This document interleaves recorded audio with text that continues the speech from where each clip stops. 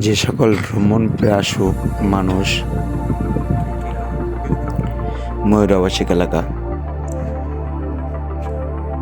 খুলনার ৭ নম্বর ঘাট, Rupsha bridge, Rana resort, Sheikh Russel eco পার্কে যে প্রতিষ্ঠা হয়ে গেছেন এবং নতুন ভ্রমণের লোকেশন খুঁজছেন, তাদের জন্য আজকের এই ভিডিও। আজকে একটা নতুন লোকেশনের ঠিকানা দিব এবং এই ঠিকানায় ঘুরে আসলে আপনার মন শান্ত হয়ে যাবে।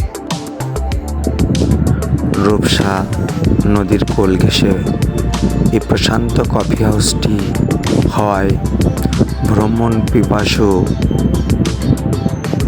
ব্যক্তি একসাথে দুইটা স্বাদ নিতে পারবেন। একটা হচ্ছে নদীর প্রাকৃতিক নৈসর্গিক সৌন্দর্য, আর দ্বিতীয়ত পরন্ত বিকালে নদীর পাশে বসে এক কাপ কফি, মন জুড়িয়ে যাবে। এই কফি শপটি এবং বিনোদনের স্থানটি নৌবাহিনীর দ্বারা পরিচালিত হয়।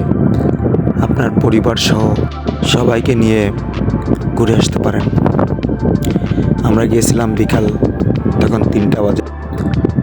তখন দেখে মনে হচ্ছিল এখানে লোকজন বুঝি কম আসে, কিন্তু যখন 4টা থেকে 4:30 বাজে তখন মানুষের চাপ শুরু হয় এবং কফি শপ তার ভিতরে হয়।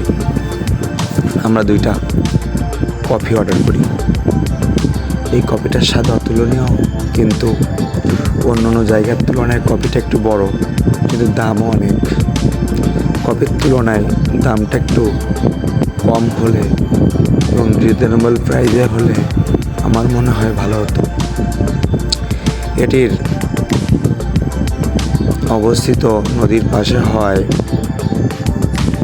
অনেকেই এই প্রশান্ত কফি শপের ঠিকানা অজানা।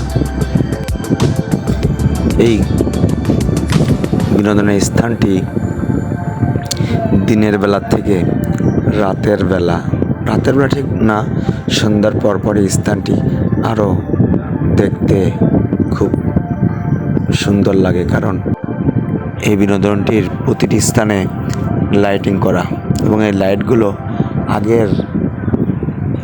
আগের কালে সেই প্রাচীন লাইটের মতন।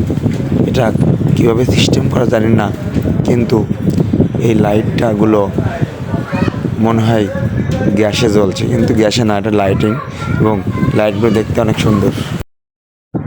সন্ধ্যা থেকে রাতের পরিবেশটা ভালো এবং লাইটগুলো দেখছেন কত কিউট, এবং এই স্থানটি আপনি ঘুরে আসতে পারেন। এই স্থানটি গেলে জায়গা অল্প হলেও আপনার মনটা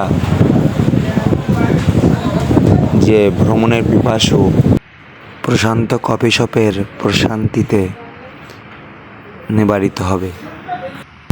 পরবর্তী ভিডিও দেখার আমন্ত্রণ জানিয়ে এখান থেকে বিদায় নিচ্ছি এবং ভালো লাগলে লাইক, কমেন্ট এবং শেয়ার করতে পারেন। ধন্যবাদ।